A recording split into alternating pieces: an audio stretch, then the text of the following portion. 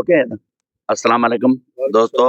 Programme Mehran जा मोती खणी तव्हांजो भाउ मजादी जरवार हिन वक़्तु मौजूदु आहे दरगाह सूफ़न शाह ते ॻोठ शाह मोहम्मद जमाली में, जिते असांजो दोस्त मौजूदु आहिनि, फ़नकार बि मौजूदु आहिनि ऐं इंशाअल्लाह उन्हनि जी महफ़िल बि तव्हांखे ॿुधाईंदा। पहिरीं असां भाउ सिकंदर जमाली हिन वक़्तु हिन दरगाह खे संभाले रहिया आहिनि ऐं उन जे बारे में भाउ खां थोरी मालूमात वठूं था ऐं उन खां पोइ जीअं महफ़िल शुरू थिए थी त तव्हांखे महफ़िल जो रंग बि रिकॉर्डिंग करे पंहिंजे यूट्यूब ते रखंदासीं ऐं तव्हां सभई दोस्त यूट्यूब ते मुंहिंजो प्रोग्राम ॿुधण न विसारिजो। महिरबानी। अस्सलाम वालेकुम चाचा। वालेकुम सलाम बाबा। बाबा कहिड़ा हाल आहिनि? सब ख़ैर आहे गाँव।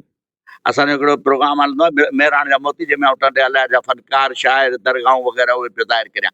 हिन तव्हांजी दरगाह ते बि मूंखे अचण जो ॾाढो शौक़ु हो, पर विच में महरम शरीफ़ अची वियो। महरम में तव्हां ॾियारो कोन मल्हायो।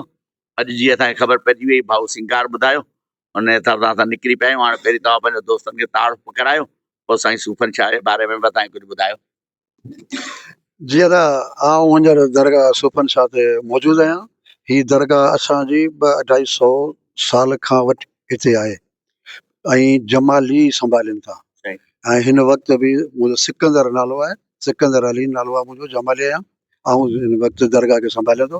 साईं जिन असां वटि आया आहिनि, वॾी साईं जिन जूं महिरबानी। अच्छा, हिन जो सालियानो ॾियारो मल्हाईंदा आहियो या रुॻो सिर्फ़ु महीने सिर वारो आहे? हर साल सालियानो महीनो मल्हाईंदा आहियूं 17 रबियुल अवल ते।